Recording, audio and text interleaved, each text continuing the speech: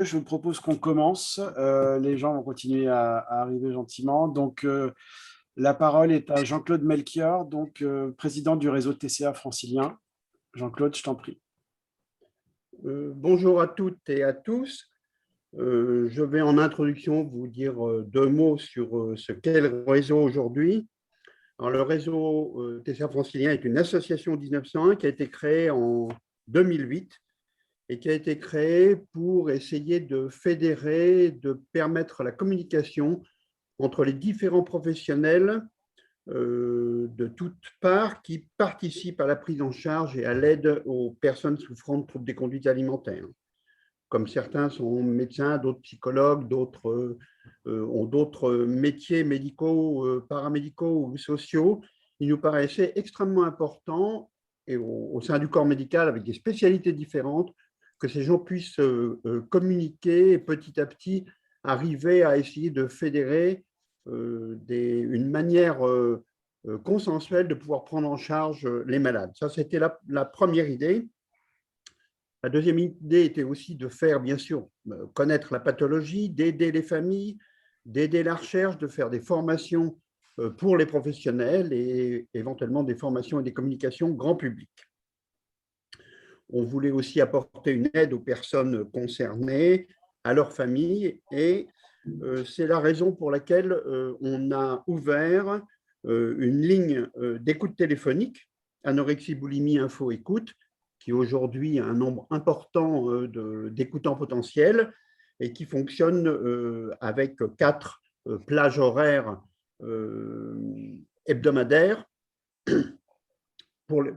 animées par des psychologues, des membres des associations spécialisées TCA, des médecins, et le vendredi, en alternance, un peu tous les membres du réseau qui y participent. Tous les écoutants sont et formés et bénévoles sur cette ligne d'écoute téléphonique qui fonctionne maintenant plutôt bien. Voilà maintenant ce qu'on peut dire.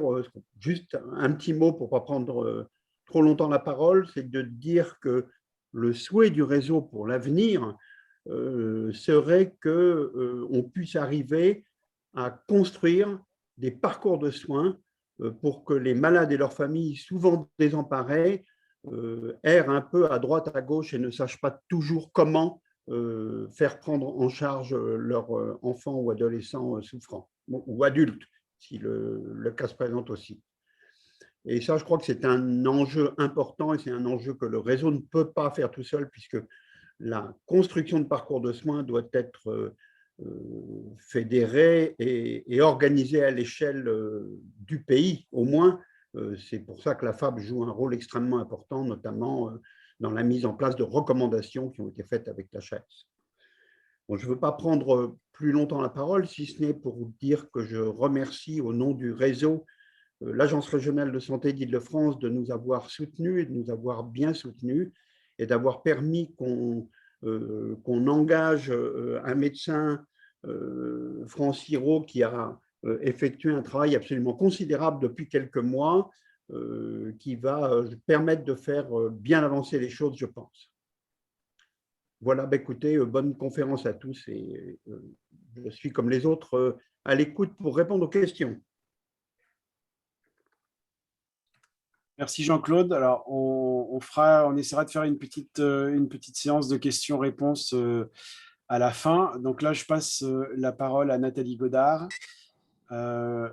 donc vice-présidente du réseau TCA francilien, présidente de la FAB, pédopsychiatre, mais elle va se présenter elle-même.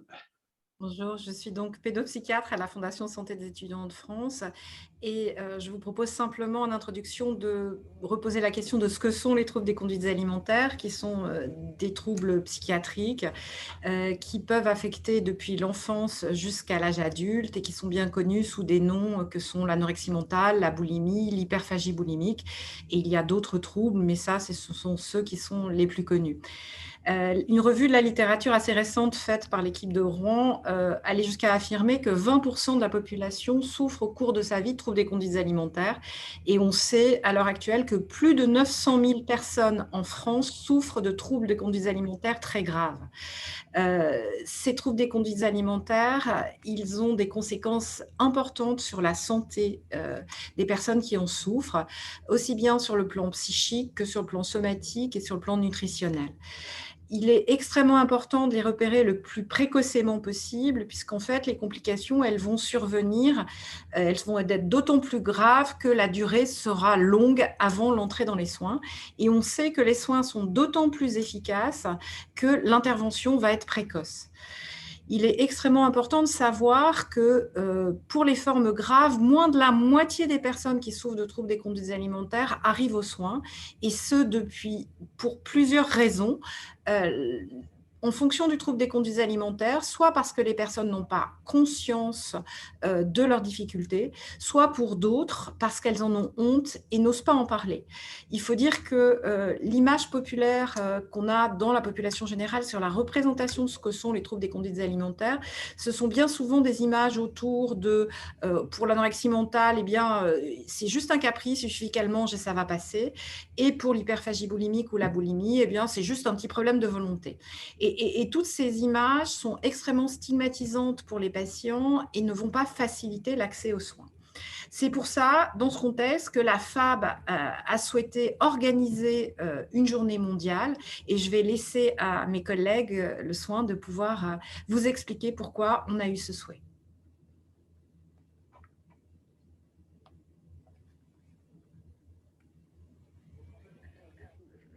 Donc, je passe la parole au docteur Corinne Blanchet, qui va effectivement expliquer le contexte de la journée mondiale des TCA. Oui, bonjour à tous. Donc, effectivement, cette journée qui est en fait le premier événement vraiment d'ampleur en France, c'est une journée mondiale qui a été pensée initialement dans les pays anglo-saxons, notamment au Québec et en Amérique du Nord, etc., par les patients et par les usagers, leurs familles. Donc, c'est un mouvement vraiment populaire à la base qui était vraiment, qui s'est fait en lien avec la demande d'information, de se rencontrer, d'échanger. Donc, c'est la 6e journée mondiale actuellement, et donc c'est notre vraie première journée, on peut dire ça comme ça. Cette journée, elle a pour objectif de sensibiliser, d'informer, de déstigmatiser, de lutter contre les fausses croyances. Enfin, on reprend un petit peu tous ces aspects-là. Mais ce qui est plutôt sympa, c'est que cette journée, elle est pensée à la fois pour le grand public, elle est pensée pour nos patients, pour leurs familles. Elle est pensée pour nos soignants aussi, pour tous les gens au fond qui s'intéressent aux troubles alimentaires de près ou de loin. Elle est aussi destinée aux professionnels de premier recours, dont on sait à quel point ils sont souvent en difficulté face à ces patients, tant en termes de diagnostic, de repérage que d'entrer dans l'offre de soins spécialisés. Donc voilà, donc c'est un grand mouvement. C'est sûr qu'il n'a pas eu forcément... on ne l'a pas construit comme on l'avait imaginé initialement, compte tenu en raison du contexte sanitaire. On avait pensé initialement beaucoup plus de stands, de manifestations publiques, de rencontres en vrai. Mais bon, au final, c'est vrai que ce site, donc journée mondiale TCA.fr, qui regroupe tous les événements de la journée, c'est un site d'ailleurs qui sera accessible bien au-delà du 2 juin, et qui est aussi une source d'information. J'en parlais ce matin avec l'équipe et les patients, une source d'information pour tous ceux qui souhaitent s'intéresser à ce sujet-là. Voilà, donc on vous souhaite une bonne journée mondiale des troubles alimentaires.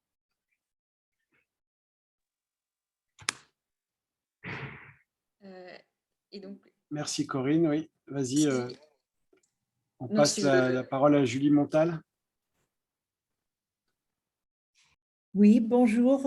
Nous, parents et association TCA, nous vous remercions pour notre inclusion sur votre plateau cet après-midi. Je suis mère d'une fille qui a vécu et survécu à l'anorexie il y a 15 ans en région parisienne. Heureusement, depuis progrès, il y a eu.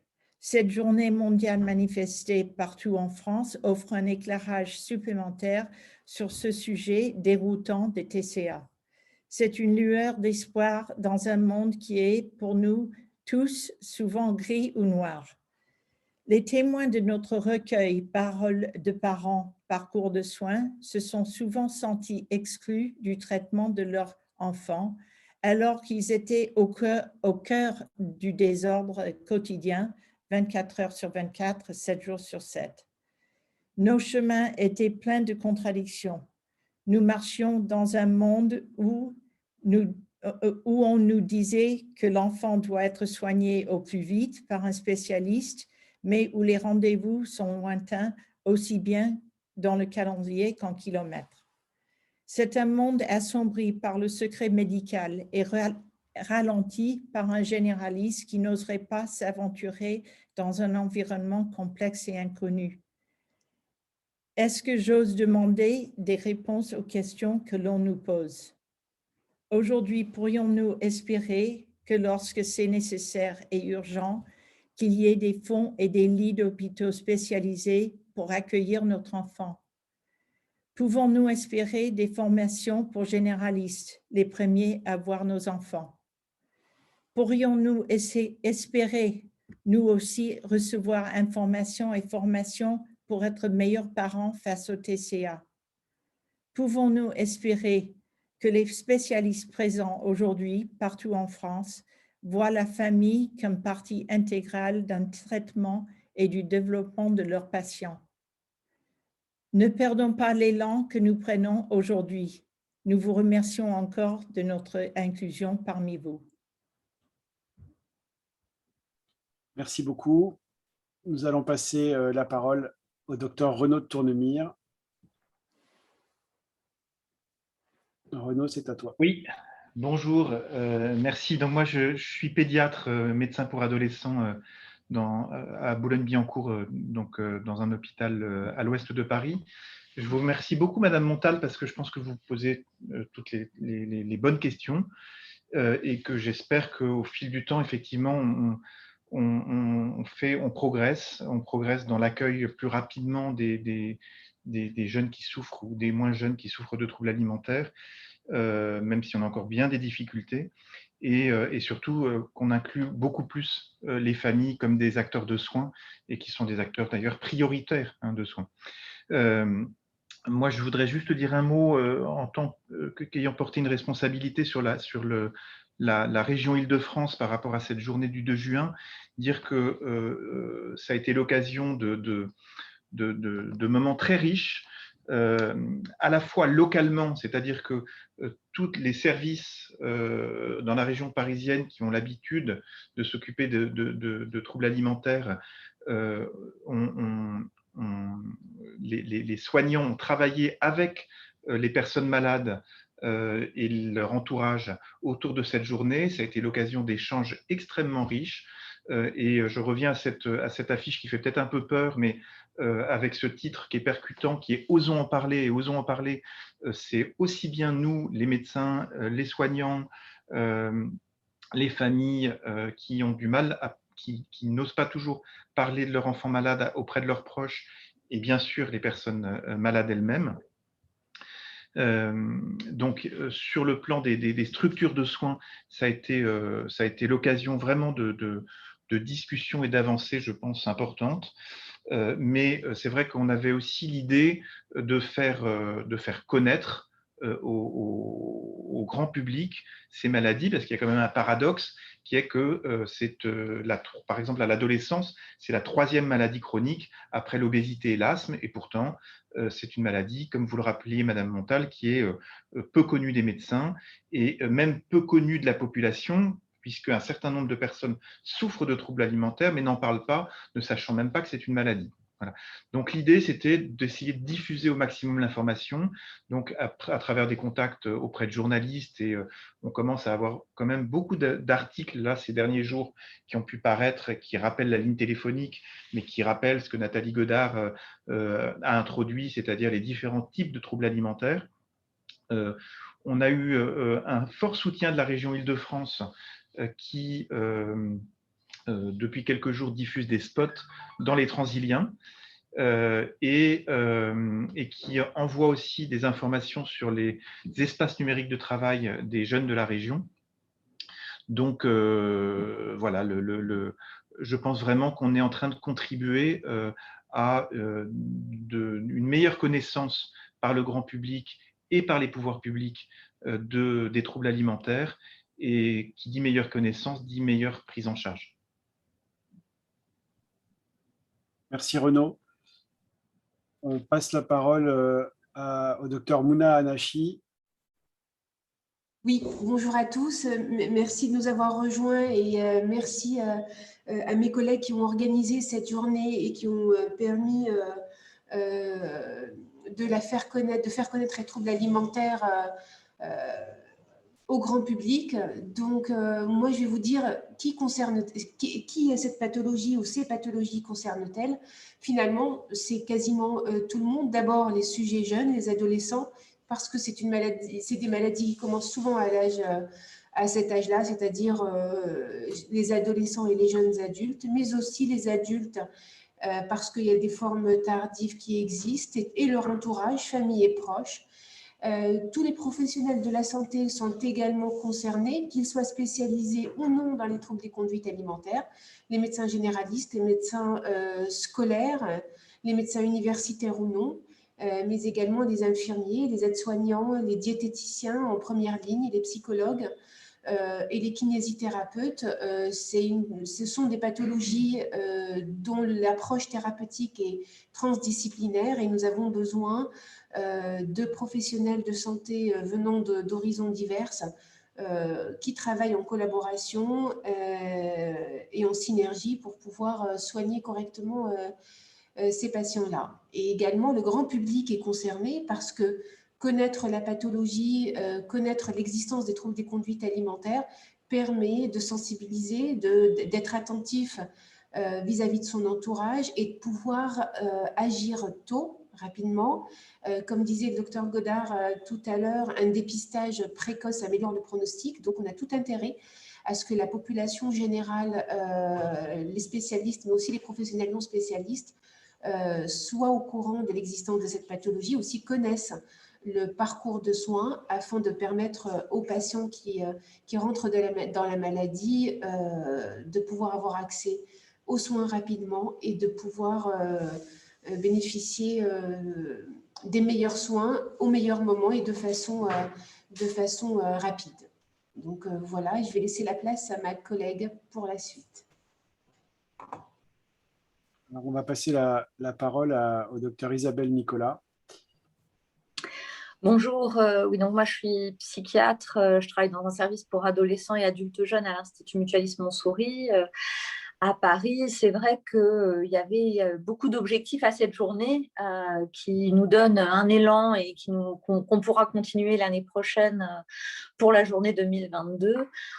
Beaucoup de choses ont déjà été citées et c'est vrai que en reprenant les termes de Madame Montal sur la difficulté en temps et en kilomètres, l'éloignement en temps et en kilomètres pour rencontrer une équipe qui puisse commencer à porter des jalons dans le soin, ça fait vraiment partie des choses qu'on a bien conscience qu'il faut pour continuer à améliorer.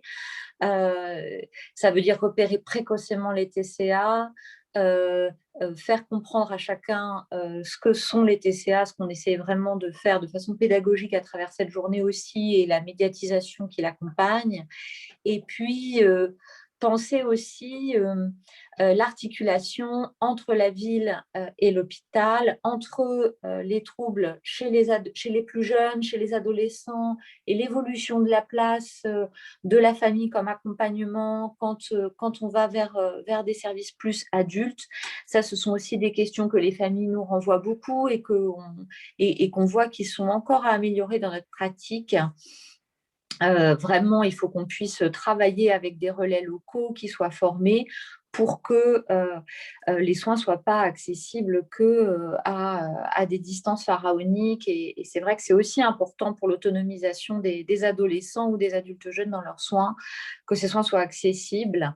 On espère aller comme ça en 2022 vers le déploiement d'une consultation de dépistage, de pouvoir faire quelque chose qui soit plus dans la rencontre concrète entre les équipes soignantes et les personnes concernées, patients et familles, à travers un grand travail de consultation et on espère que ça va pouvoir se mettre en place avec cet élan-là.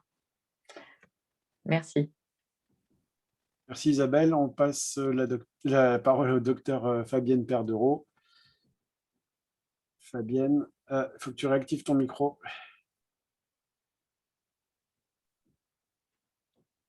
Ah, attends.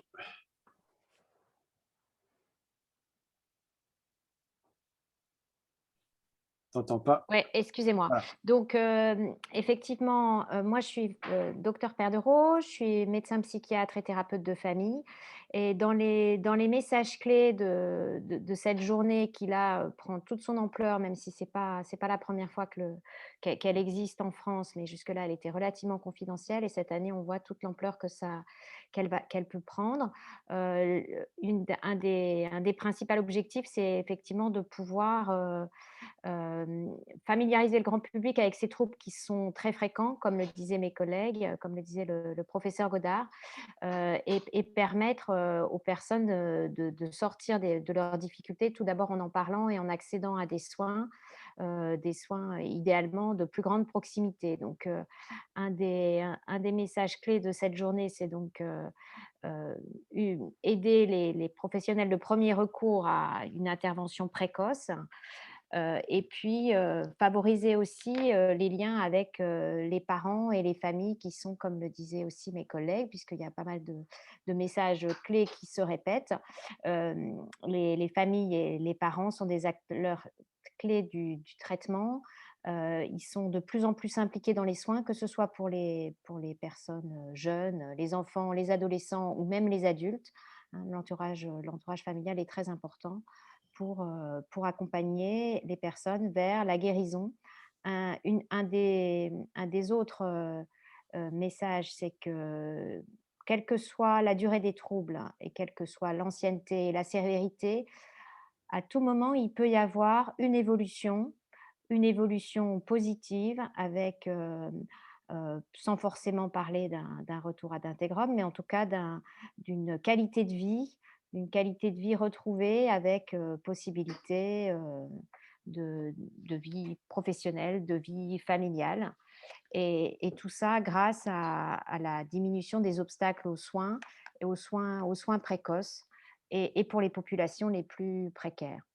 Un des autres points forts qu'on espère pouvoir développer, c'est la promotion de la recherche quant aux facteurs d'éclosion, aux facteurs favorisants de ces troubles et aussi permettre la formation, comme le disait aussi le docteur Nicolas, je crois, la formation des professionnels qui travaillent au plus près des personnes concernées.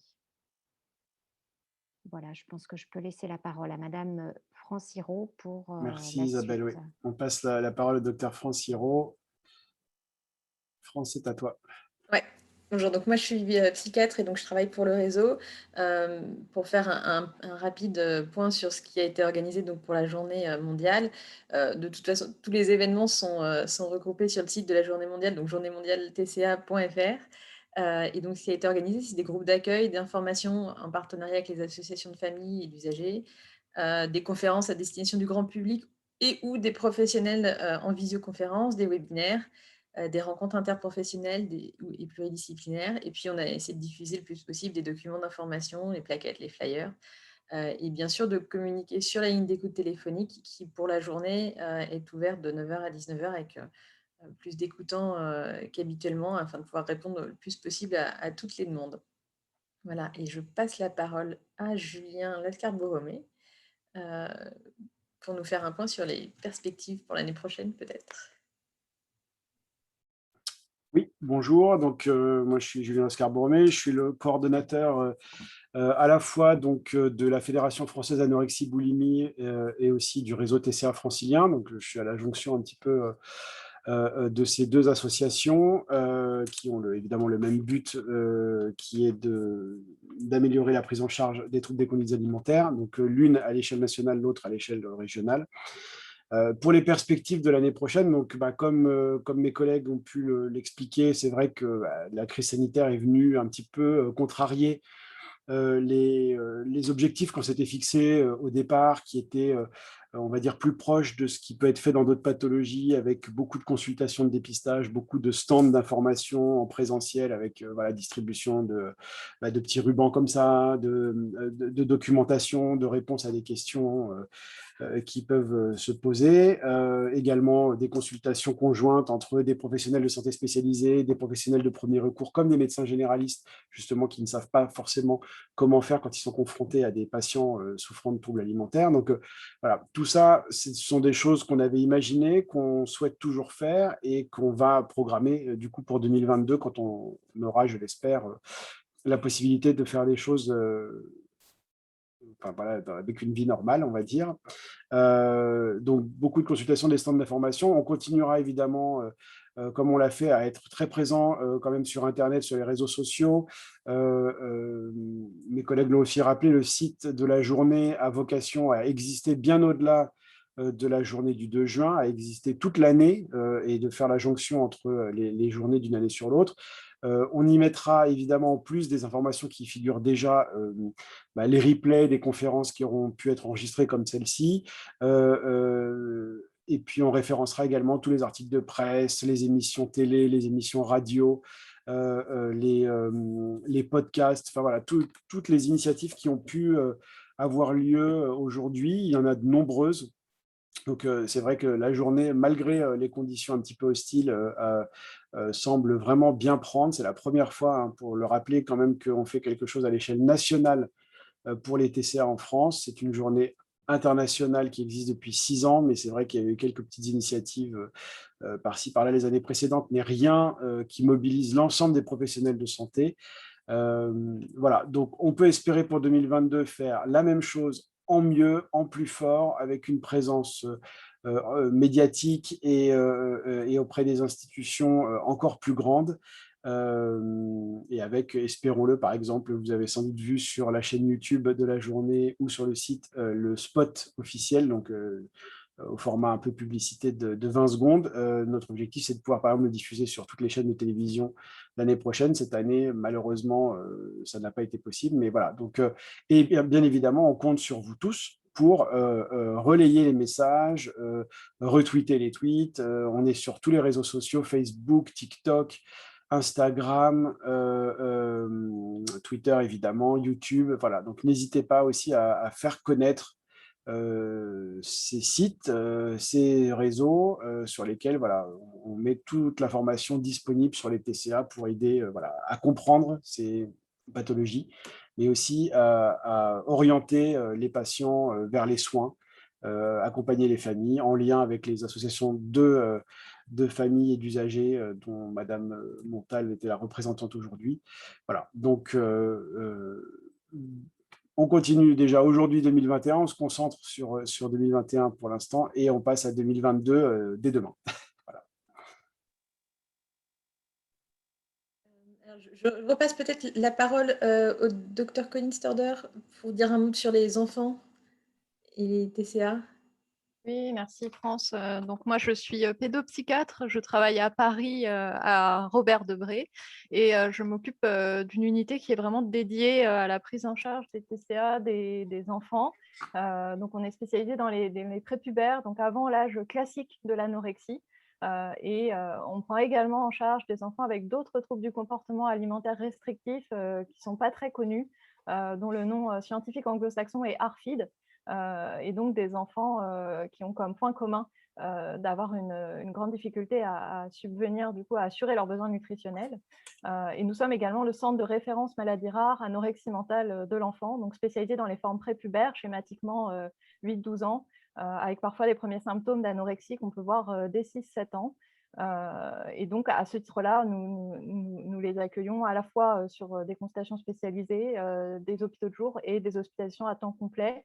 Du fait du caractère très spécialisé, nous sommes un centre de recours national et nous travaillons également beaucoup avec des équipes de pédiatrie de province qui nous sollicitent pour des avis en télé-expertise sur dossier ou téléconsultation avec le patient, plus travail conjoint avec l'équipe de pédiatrie non spécialisée, de manière à essayer là aussi d'amener du soin au plus près du patient, parce que c'est vrai que c'est compliqué quand il faut faire 300-400 km pour venir voir un spécialiste. C'est un vrai obstacle.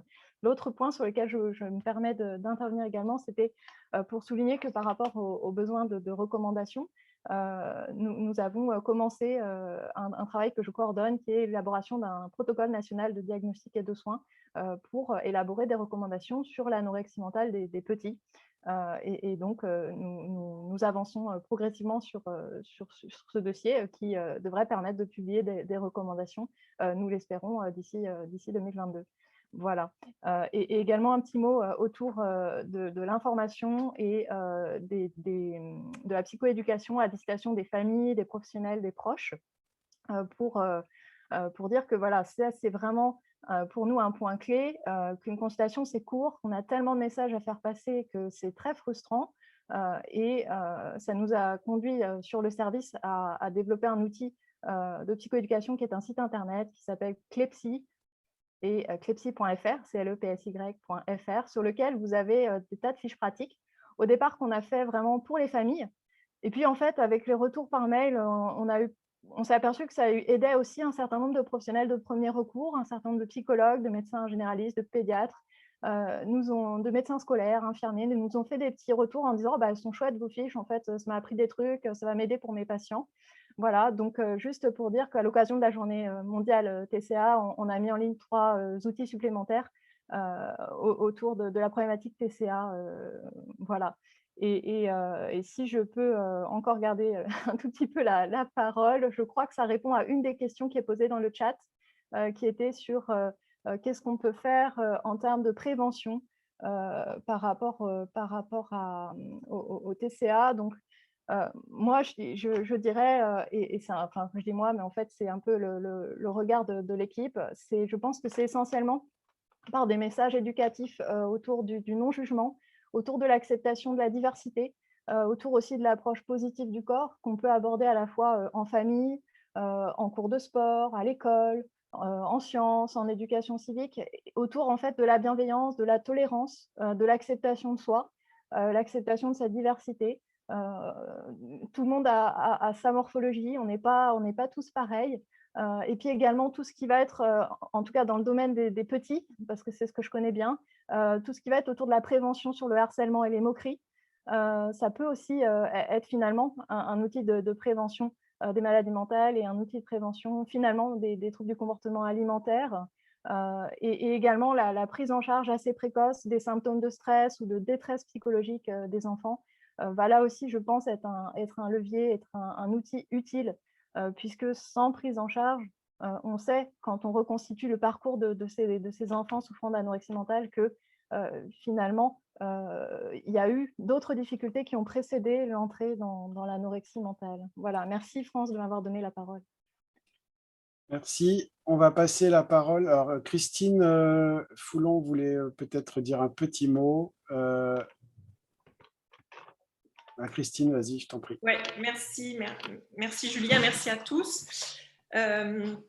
Donc, oui, je voulais remercier Madame Montal pour son intervention parce que je crois qu'elle a parfaitement résumé les écueils et la vie quotidienne d'une famille ou d'un patient qui présente des troubles alimentaires. Alors, bon, en termes de mes 30 années d'expérience dans la prise en charge de ces troubles-là, j'aurais deux messages. Le premier, c'est d'essayer finalement de faire converger les différentes positions, parce qu'il y a la position du patient, la position de la famille et la position des médecins et des équipes soignantes. Et en aucun cas, évidemment, je vois des messages passer, et en aucun cas, il s'agit de les opposer dans l'idée que tout doit concourir au fait que la personne souffrant de troubles alimentaires puisse essayer de s'améliorer, voire de guérir in fine.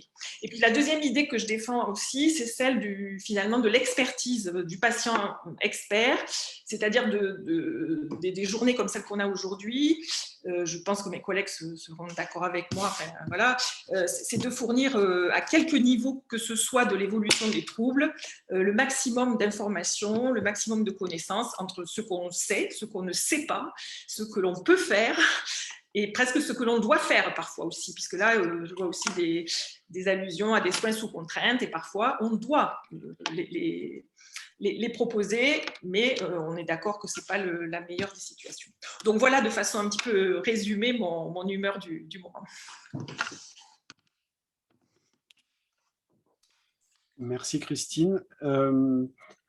Est-ce que quelqu'un d'autre parmi les... Peut-être un petit mot de Philibert Durier sur peut-être l'effet de la crise du Covid, s'il est là. Oui, bonjour, merci France, bonjour à tous. Oui, je peux. Donc, je suis psychiatre à la CMME, Clinique des maladies mentales et de l'encéphale, l'ancien hôpital Sainte-Anne, qui maintenant a été rebaptisé de manière assez complexe GHU Paris Psychiatrie et Neurosciences, qui a un hôpital avec à la fois des soins en psychiatrie au sens très large du terme, et en neurologie et en neurosciences. Et je suis chercheur à l'Institut de psychiatrie et neurosciences de Paris, dans une équipe qui dédie la plupart de son effort de recherche aux troubles alimentaires. Et donc, nous, on est axé sur la prise en charge à partir de 17 ans sans limite d'âge. Je pense que c'est un point très, très important, et plusieurs commentaires sur différents aspects. C'est-à-dire que vraiment, on retrouve les troubles alimentaires à tous les moments de la vie, depuis les premiers mois de vie jusqu'à un âge beaucoup plus avancé chez l'adulte. Et donc, ce n'est pas une maladie de l'adolescent, mais c'est une maladie qu'on retrouve à différents moments de la vie, même si l'adolescence est probablement, et le jeune adulte est un moment très particulier, très à risque de développement, et probablement le siège le plus pertinent d'intervention précoce. Alors, sur l'effet du Covid, on peut tous en témoigner, quel que soit notre point de vue. Déjà, tous, à titre personnel, on a été impactés et chamboulés. Et évidemment, les patients qu'on prend en charge et les structures de soins qui ont l'ambition d'aider ces patients ont été très, très impactés. Alors, pour donner juste l'exemple, ici à la CMME à Sainte-Anne, on a ouvert en un week-end une unité Covid. Donc, on a dû adapter, fermer des lits d'hospitalisation. Forcément, on a été, même si on était très engagés et qu'on travaillait du lundi au dimanche, notamment aussi pour les patients Covid, bien on a diminué notre implication pour des formes moins sévères de troubles alimentaires, peut-être des troubles émergents, certains patients, certaines familles qui n'osaient peut-être plus nous solliciter. Et on s'est retrouvés, notamment à partir de fin août, septembre 2020, avec une très très forte demande de soins, des retards diagnostiques, des retards en prise en charge, des aggravations de patients que l'on suivait qui allaient mieux mais qui sont de nouveau aggravés, l'apparition de troubles alimentaires. Reste à décortiquer tout ça, parce que la recherche, ça prend du temps, savoir ce qui a pu être provoqué et a été créé comme ça de novo pendant la crise sanitaire, avec ce niveau de stress qu'on a beaucoup déjà discuté, qui est beaucoup maintenant pris en compte, heureusement, avec probablement beaucoup de retard, l'effet sur ces jeunes, les populations, notamment jeunes adultes, étudiantes, avec un effet très important. Et je vois des réflexions sur l'accès, l'idée générale de l'accès aux soins, qui est un combat qu'on partage tous, c'est-à-dire patients, familles et soignants, c'est-à-dire qu'on a toujours l'impression d'être en dessous de ce qu'on devrait faire en termes de célérité, de vitesse de réponse. On devrait être plus rapide, plus disponible. Malheureusement, on fait ce qu'on peut avec les moyens qu'on a. Quand on a une liste d'attente de 30, 40, 50 patients pour une première consultation, on fait ce qu'on peut. Et évidemment, il faudrait des soins personnalisés, non pas uniquement sur la gravité, sur l'IMC ou sur le ressenti médical, mais aussi le ressenti du patient de l'urgence, pour répondre à tous les stades de manière totalement personnalisée.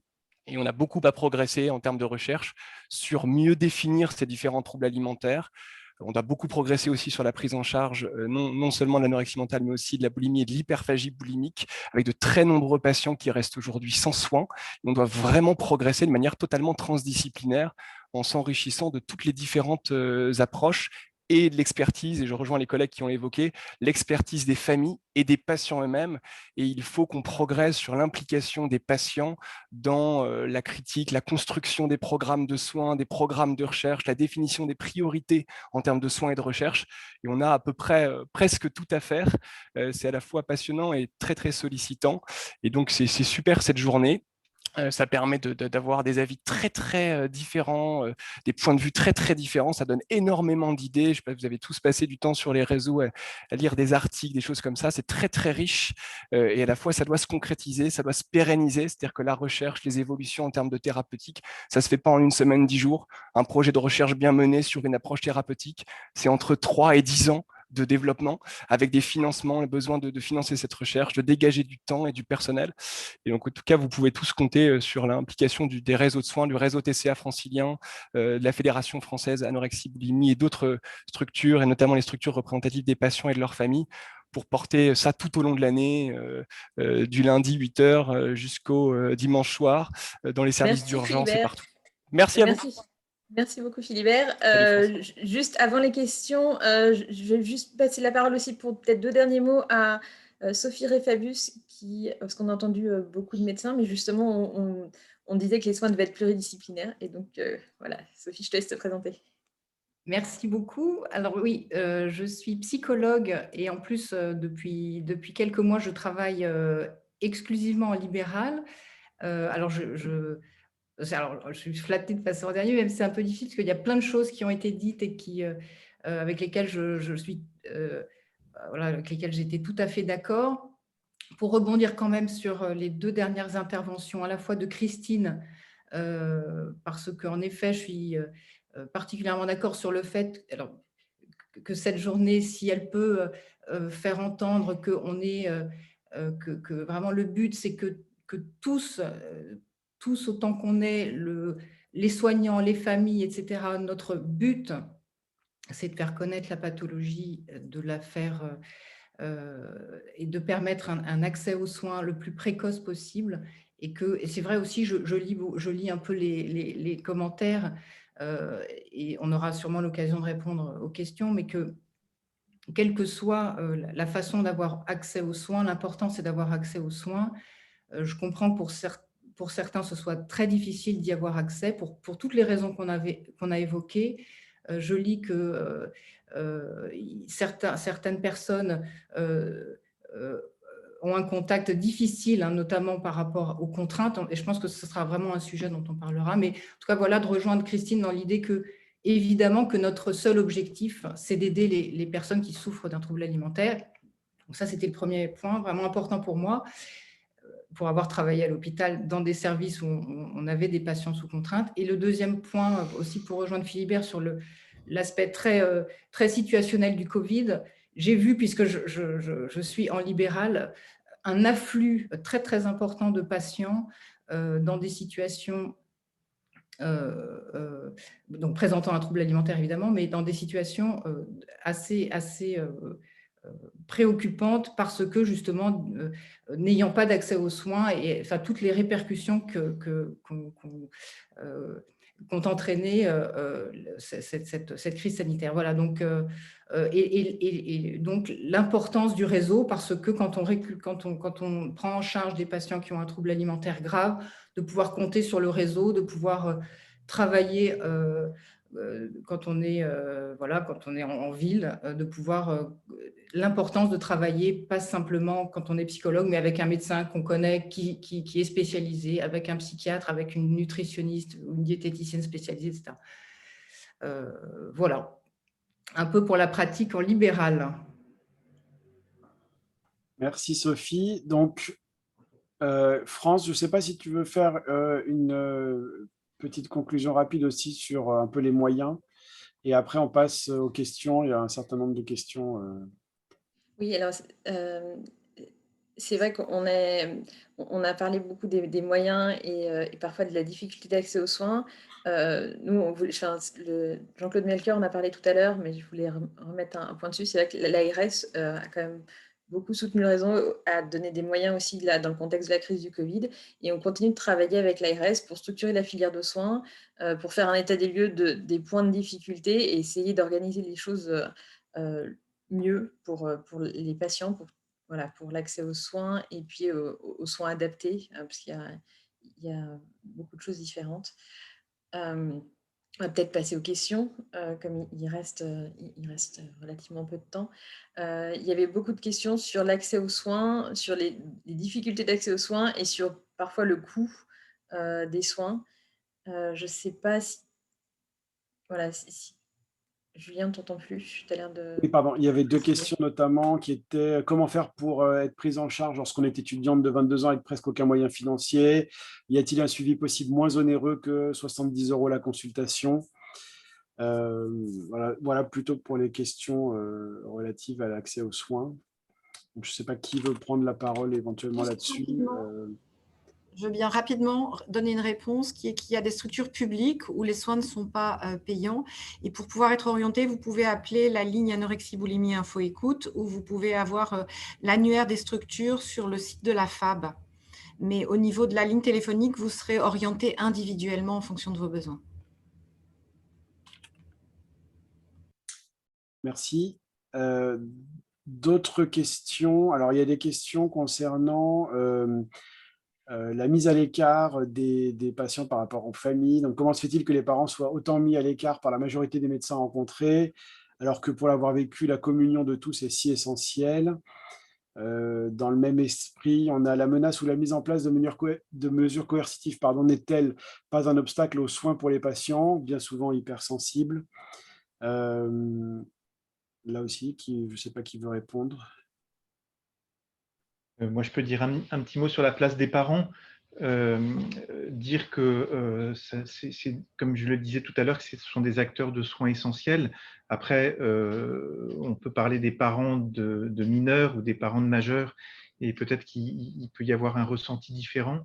Les équipes ont des façons de faire différentes quand il y a des hospitalisations, mais avec quand même je l'espère aujourd'hui, et en tout cas c'est le cas de ce que je connais en Île-de-France, une grande attention aux parents, l'implication des parents à travers des groupes de parole, à travers des propositions de thérapie familiale ou multifamiliale, et vraiment dans l'idée de mettre au centre la famille qui vit avec l'adolescent malade et qui est vraiment en première ligne, et qui doit être accompagné dans ce difficile chemin avec un enfant qui souffre d'une maladie chronique sévère. Voilà. Merci Renaud. Après, on avait des questions concernant les soins sous contrainte. Donc, comment fait-on quand les médecins nous refusent l'accès aux soins sous prétexte que souhaitent une contrainte alors que l'on est demandeur de soins? Il y avait une question qui était adressée directement à Christine Foulon. L'hospitalisation sous contrainte n'est-elle pas également une défaillance du service médical qui n'a pas su s'occuper du jeune patient? Julien, je peux dire un mot? Oui. Je ne sais pas si quelqu'un d'autre veut répondre. Vas-y. Au fait, je vais répondre aux deux questions à la fois. La place des soins sous contrainte auxquels on a, nous, accès, et je pense de façon la moins fréquente possible, c'est pour nous la dernière alternative thérapeutique lorsqu'il y a une association d'un danger vital à très court terme associé à un refus de soins qui met en danger la vie du patient à très très court terme. Dans ces cas-là, on n'a pas le temps, on n'a pas de temps à consacrer à l'alliance thérapeutique au risque que le patient décède d'une complication grave de troubles du rythme cardiaque, etc. Dans ces cas-là, on ne se pose pas la question. On essaye dans un court temps, dans le court temps que nous avons de convaincre le patient. Si on n'y arrive pas, l'idée c'est de mettre une contrainte pour pouvoir lui sauver la vie à très court terme et donner un champ, un peu de temps pour construire une alliance thérapeutique. Évidemment, c'est quelque chose qu'on essaie d'éviter, que nous soignons, nous ne souhaitons pas faire dans un premier temps, et c'est une alternative thérapeutique vraiment quand il y a association de danger vital et de refus de soins. Je ne sais pas si quelqu'un d'autre veut prendre la parole. Je veux juste rebondir sur ce que tu dis, Mouna. Je pense que malheureusement, comme tu le dis, c'est une alternative, c'est la dernière alternative thérapeutique. Bien souvent, c'est un peu manipulé, un peu brandi comme une menace aussi par des équipes qui ne savent pas forcément très bien de quoi elles parlent. en mode, si tu refuses les soins, tu auras des soins sous contrainte. Alors, je pense qu'il y a un vrai travail à faire aussi d'information du public, des patients et de sensibilisation, de formation des professionnels. C'est-à-dire que déjà, la menace dans le soin, à mon sens, et je pense qu'à notre sens, je parle au nom du réseau, la menace dans le soin, elle n'a pas de place. Mais menacer un patient de soins sous contrainte s'il n'accepte pas un contrat X ou Y, ce n'est pas de cela dont on parle, quoi. Le soin sous contrainte, tel que l'évoque le docteur Anachi, c'est la dernière alternative, le dernier recours avant la mort du patient. Okay, pour le reste, il faut vraiment qu'on... C'est vraiment d'ailleurs un sujet qu'il faudra qu'on réaborde dans le réseau, je pense, tous ensemble. Ça peut être l'occasion d'une journée pour définir effectivement c'est quoi la contrainte dans le soin au sens large, et puis c'est quoi les soins sous contrainte au sens juridique du terme, et qu'est-ce que ça implique. En tout cas, la question, l'idée de menacer les patients et les familles avec cet outil-là, c'est juste pas acceptable. Et en fait, en tout cas, dans les équipes que nous, on connaît, effectivement, c'est pas comme ça que ça se passe, mais ça devrait se passer nulle part de cette façon-là. Je voudrais juste ajouter que je suis tout à fait d'accord, et c'est aussi en ayant des journées comme celle-là, parce que souvent d'ailleurs on entend des patients par mauvaise information et enfin, la menace même de l'hospitalisation est souvent brandie. C'est-à-dire que pour n'importe quelle autre maladie, une hospitalisation, c'est quelque chose qui peut s'entendre et qui n'est pas vécu comme quelque chose de... dans le trouble alimentaire, l'hospitalisation, c'est vécu pour le patient comme un échec ou comme une menace, comme tu dis, Corinne. C'est-à-dire que si le patient dit « Ah non, je vais y arriver », et mes parents m'ont dit sinon, enfin mes parents ou les médecins, il y a la menace de l'hospitalisation. Et ça, il faudrait qu'on puisse quand même... que ça change dans les pensées, il n'y a que dans cette maladie que c'est comme ça. L'hospitalisation, ce n'est pas un échec, il n'y a pas de... Enfin bon, ça devrait pas être inscrit comme ça dans les pensées. Une hospitalisation, c'est parce que c'est une maladie grave. Et Mouna, je suis d'accord, c'est que c'est la dernière alternative, mais c'est aussi parce qu'un des symptômes les plus tenaces, c'est le déni, et que le patient n'a pas conscience que c'est grave et qu'il a besoin de soins. Dans le chat, peut-être, si je peux me permettre. J'aurais bien voulu rebondir. Juste rebondir par rapport à quelque chose qui est marqué dans le chat, c'est qu'effectivement, on sait aussi que les personnes qui sont dans un état de très grande dénutrition ont parfois des épisodes de confusion qui leur permet bien évidemment pas de prendre les bonnes décisions pour elles-mêmes. Et c'est aussi dans ce contexte-là qu'il peut y avoir des hospitalisations sous contrainte. Il y a un parent ou quelqu'un concerné qui dit qu'effectivement... quand la maladie a pris trop d'emprise, des fois, il faut que ce soit l'entourage ou les soignants qui choisissent pour la personne. Et sinon, concernant la place de la famille, donc c'est vrai que moi, je suis thérapeute de famille et je vois vraiment la famille comme une ressource et comme une ressource pour les personnes malades, et que les soins actuellement impliquent quand même beaucoup plus les parents, quel que soit l'âge des personnes concernées par les difficultés alimentaires, que ce soit lors d'entretien avec les équipes, que ce soit lors de thérapie familiale structurée ou de groupes de parents ou de thérapie multifamiliale qui se développent actuellement beaucoup et qui sont en général très intéressantes. Elles permettent aux patients de ne pas se sentir seuls comme dans les groupes qu'ils peuvent faire par ailleurs, et que les familles aussi sortent de l'isolement, puissent échanger et sortir d'une espèce de stigmatisation qui existe toujours dans ce type de pathologie, malheureusement, ce qui n'est jamais aidant. Je voudrais juste dire un petit mot positif sur les soins sous contrainte. Tout ce que vous avez dit les uns et les autres me paraît absolument évident, et il faut le dire et le répéter. Mais une bonne utilisation de la contrainte, et avec toutes les difficultés juridiques, tout ce que administratif que ça représente, a quand même démontré des effets positifs. Le premier effet positif, c'est d'arriver à construire un cadre à l'intérieur duquel on enferme le corps médical, je le dis volontairement comme ça, et le malade, avec l'obligation d'en sortir avec une alliance thérapeutique.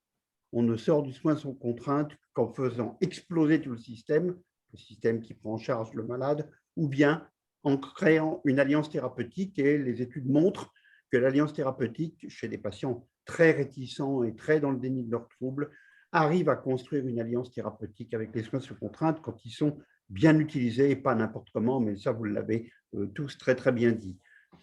il a aussi été démontré que ces soins sous contrainte s'accompagnent d'une résiliation des troubles, d'une prise de poids plus lente, mais plus durable que quand la contrainte n'est pas mise à difficulté égale. Et puis, ça permet aussi d'éviter des rechutes et des rechutes et des rechutes avec des hospitalisations beaucoup trop courtes dans des situations extrêmes, difficiles, comme on l'a dit et comme Mouna l'a tout à fait bien dit, puisqu'évidemment, il n'est pas question de regarder quelqu'un mourir sous prétexte que la personne est dans le déni de ses troubles et dans le refus de soins, ce qui sont deux des particularités quand même de cette pathologie. Merci. J'aurais voulu donner la parole à Madame Montal, peut-être aussi sur la question. On ne t'a pas entendu, France. Je ne sais pas qui tu veux passer la parole. Madame Montal. Ah. Alors, Madame Montal, je vous remets. Il réactive son micro, mais voilà, parce que je pense que c'est important d'avoir. Merci. Ouais. Non, on ne vous entend pas. Il faut que vous réactiviez votre micro. J'apprécie tout ce qu'on a dit et je voudrais demander à Madame Castellotti si elle pourrait ajouter quelque chose, si vous pouvez permettre qu'elle participe. Oui. Ça y est, j'ai tout mis en route. D'accord. Donc, bonjour à tous, professionnels de santé et parents apparemment. Je suis heureuse d'intervenir là en ce moment parce que tout ce qui est échangé, je l'ai vécu auprès de ma fille, mais il y a bien longtemps maintenant. Donc, par rapport, puisqu'on vient juste de parler de l'hospitalisation sous contrainte, par 2 fois, nous avons été obligés, avec mon mari, de faire une hospitalisation sous contrainte. Voilà. Dans ce temps-là, c'était quand même plus difficile. Hein. C'est peut-être plus facile de faire une hospitalisation sous contrainte, mais je tiens à vous dire que à chaque fois, ça a été très positif. Mais très positif, pourquoi? Temporairement. Et il y a des explications, parce que cette hospitalisation sous contrainte, elle ne se faisait qu'à l'hôpital psychiatrique de secteur, où toutes les pathologies étaient mélangées et n'étaient pas forcément uniquement liées aux troubles des conduites alimentaires. Et en fait, il n'y avait pas de prise en charge spécialisée. Donc, ça allait mieux. On avait compris qu'il ne fallait pas faire n'importe quoi, etc. Mais en fait, après, ça disparaissait parce qu'on ressortait bien, mais la pathologie, en fait, elle était toujours là, elle n'était pas accompagnée. Il n'y avait pas eu, comme a dit Jean-Claude, la création d'une alliance thérapeutique hein, qui fasse partir le déni et accepter la motivation à changer. Voilà. Bien. Pour ce qui est des soins, effectivement, je crois que les parents qui sont là, ils ont tous compris que les professionnels de santé, ils sont tous dévoués et archi-dévoués.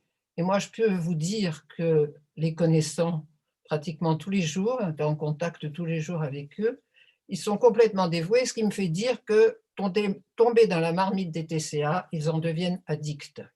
D'accord? Voilà. Donc, pour porter un petit peu en dérision, parce que quelquefois, il faut un petit peu sourire, malgré les soucis qu'ont les parents de cette pathologie.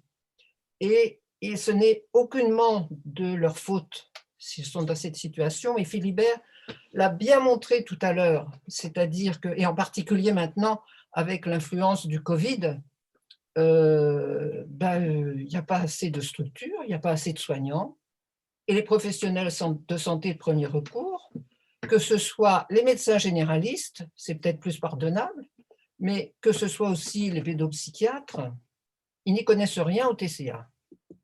Hein, d'accord? Ou presque. Voilà. Hier, il y a eu une permanence téléphonique, justement, j'étais participante d'une permanence téléphonique du réseau TCA francilien, et il y a un médecin généraliste dont la jeune fille était à un IMC de 13,4, qui a dit, suite aux analyses biologiques, qui la plupart du temps sont normales, ben, votre fille, elle n'a rien. Voilà.